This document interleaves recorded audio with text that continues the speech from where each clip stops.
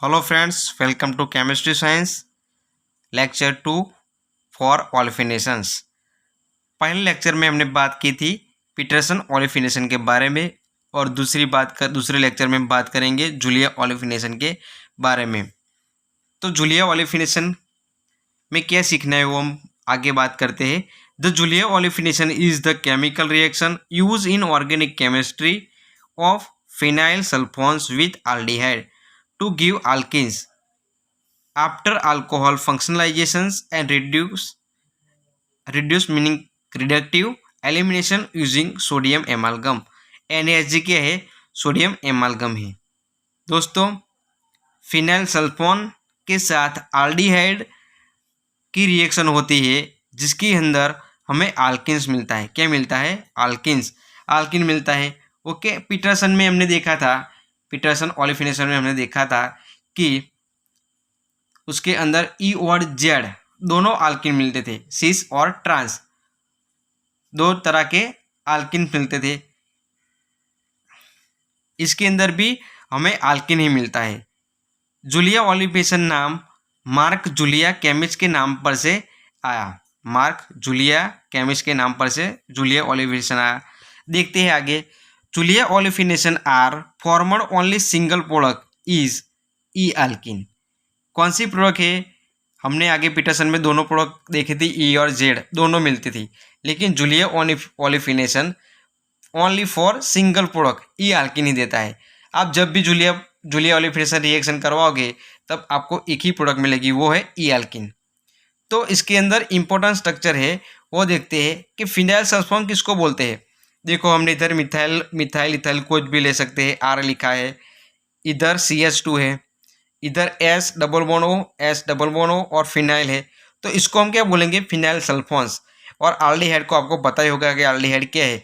तो आल्डिहाइड और फिनाइल सल्फोन्स दोनों के साथ में जो रिएक्शन होती है तो उसके अंदर हमें लास्ट में प्रोडक्ट मिलती है ई आल्किन। क्या मिलती है? ई आल्किन।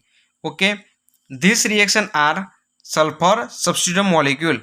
तो इसके अंदर हम बात करेंगे कि कौन सा मॉलिक्यूल है, तो सल्फर सब्स्टिट्यूट मॉलिक्यूल है।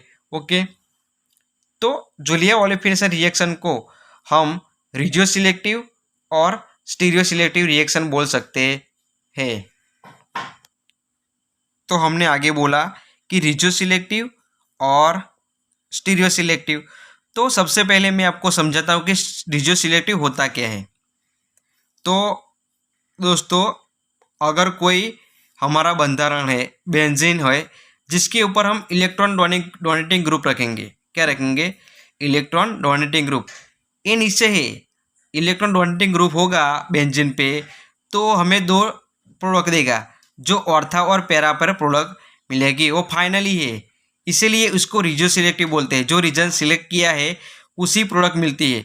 इलेक्ट्रॉन डोनेटिंग होगा तो हमें ऑलरेडी पैरा और ऑर्थो ही प्रोडक्ट मिलेगी, हमेशा के लिए ऑर्थो पैरा ही प्रोडक्ट मिलेगी, दूसरी कोई प्रोडक्ट मिलेगी नहीं। अगर इलेक्ट्रॉन विड्रॉइंग ग्रुप होगा तो हमें मेटा पर ही प्रोडक्ट मिलेगी। तो इसे क्या बोलते हैं? Regioselective. तो देखो, इधर मैंने लिखा है benzene ring on available electron donating group then product give ortho and para, this are called regioselective reaction.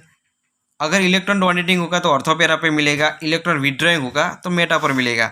तो ये नक्की ये है कि इधर ही प्रोडक्ट मिलेगी, तो इसे हम रिजियो सिलेक्टिव बोलेंगे। In this type reaction in confirm place forming a reaction product. तो जिस पर मिलने वाला है वो कन्फर्म होता है। दूसरी बात करेंगे हम स्टीरियो सिलेक्टिव के बारे में। तो स्टीरियो सिलेक्टिव क्या है? तो इधर लिखा है if the reactant exist in two isomeric form and they both give two different product, one of them is major and other will give minor, that type reaction are stereoselective in nature।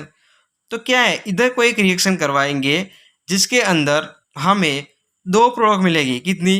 दो, जिसमें एक major होगी और एक minor होगी। ऐसा एक example देखते हैं, शार्पलेक एपॉक्सीडेशन। ये बहुत बड़ी रिएक्शन है, मैं अगले लेक्चर में आपको कभी समझाऊंगा। लेकिन इधर देखो, ये क्या है? आल्किन है। ये क्या है? आल्किन है। इसकी टिटानियम टेट्रा आइसोप्रोपोक्साइड के साथ हम रिएक्शन करेंगे, इसके साथ -DET लेंगे तो हमें 2% ए वाली प्रोडक्ट मिलेगी और 98% ए वाली प्रोडक्ट, तो ज़्यादा और कम, मेजर और माइनर, ऐसी प्रोडक्ट हमको मिलेगी। तो इसे हम क्या बोलेंगे, stereo selective reaction. SN1 stereo selective reaction है। अब हम हमारे मेन कॉन्सेप्ट पे आते हैं, जूलिया ओलिफिनेशन। तो जूलिया ओलिफिनेशन में हमने प्रिंसिपल आगे देखा था कि फिनाइल सल्फोन के साथ आल्डिहाइड रिएक्शन करता है तो हमें ई अल्किन, ई यानी कि ट्रांस अल्किन मिलता है। ट्रांस को आपको पता ही होगा, अगले लेक्चर पीटरसन ओलिफिनेशन में मैंने ट्रांस और सिस यानी कि ई और जेड दोनों के बारे में समझाया था। अब इसके अंदर सबसे इम्पोर्टेंट क्या है, मैकेनिज्म। हमें किसी भी रिएक्शन करवानी तो हमें उसकी पूरी मैकेनिज्म आनी चाहिए। तो सबसे पहले मैं आपको समझाता हूँ कि फिनाइल सल्फोन लेना है, हमें क्या लेना है, फिनाइल सल्फोन्स। फिनाइल सल्फोन्स, फिनाइल सल्फोन्स लेंगे तो इसके अंदर हमें H ढूंढना है, कहाँ से H निकलेगा। तो हमने ये बंधन लिखा है इधर, इसके अंदर हमें ACH2 दिखाई दे रहा है, क्या दिखाई दे रहा है, CH2। इसके साथ 2 H हम अलग करेंगे। तो सबसे पहला स्टेप हमको याद रखना है कि पहला स्टेप में क्या करना है। तो पहले स्टेप के अंदर हम बेज लेंगे, क्या लेंगे, बेज।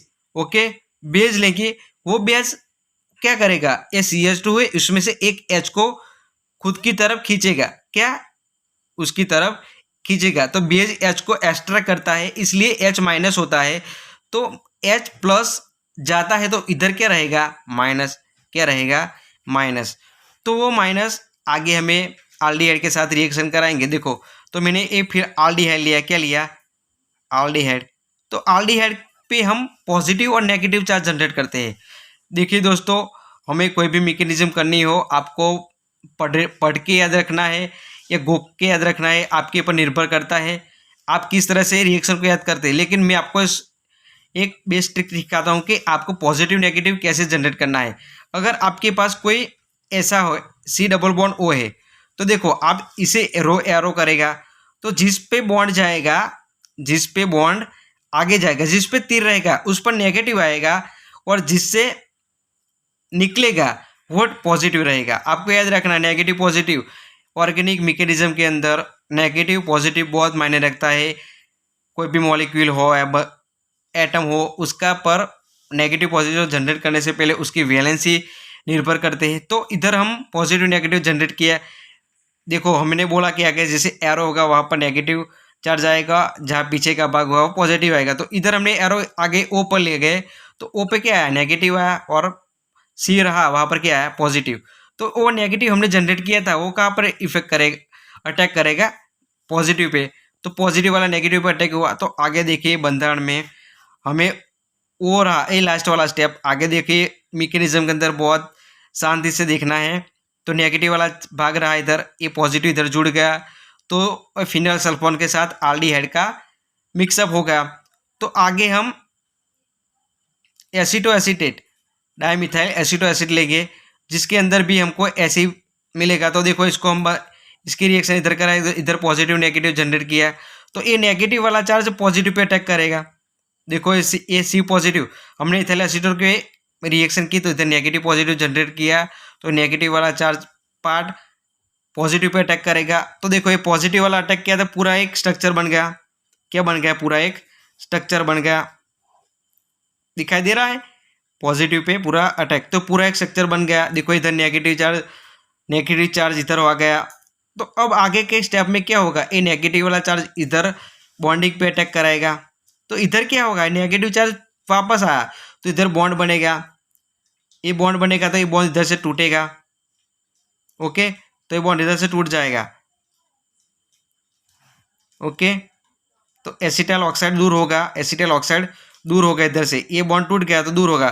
तो बाकी रहा हमारा ए बंधारण, ओनली फॉर ए बंधारण। तो इधर से बंद, देखो हमने बंद तोड़ा, इधर से ये बंद तोड़ा तो इधर डबल बॉन्ड आ गया, इधर से बंद टूट गया तो इथाइल एसिटाइल ऑक्साइड दूर हुआ, तो ये हमारे पास यही रहा। अब आगे हमें देखना है कि आगे होता क्या है। हम NaHG सिंगल NaHG क्या करता है, सोडियम एमालगम, वो क्या किस लिए हमने इस रिएक्शन में यूज किया है, तो वो सिंगल इलेक्ट्रॉन ट्रांसफर करवाता है, क्या करवाता है, सिंगल इलेक्ट्रॉन ट्रांसफर। तो ये फिनाइल सल्फोन इधर से एक इलेक्ट्रॉन दूर होगा, क्या होगा, एक इलेक्ट्रॉन दूर होगा पहले स्टेप में। तो देखो इधर ये हमने फ्री रेडिकल दर्शा, इधर आएगा, फिर से सोडियम एमालगम लेंगे, वो क्या फिर से एक सिंगल इलेक्ट्रॉन ट्रांसफ़र करवाएगा वो इधर से एसिटल ऑक्साइड से, तो इधर ये रहा। तो देखो आगे के स्टेप में हमने एक और एक दो रेडिकल हुए, तो हम जब भी बॉन्ड देखते हैं तो ऐसा होता है सिंग, ऐसा होता है माइनस होता है, ये डबल रेडिकल होते हैं।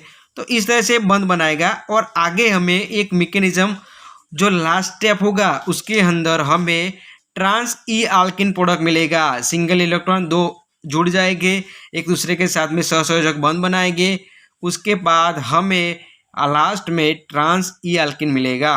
क्या? ट्रांस ई आल्किन। ट्रांस का मतलब क्या होता है? दोनों ग्रुप ऑपोजिट हो गए। ओके, तो ये हमारी मैकेनिज्म थी। देखो एक बार आप घर पे पढ़ने का ट्राई करना।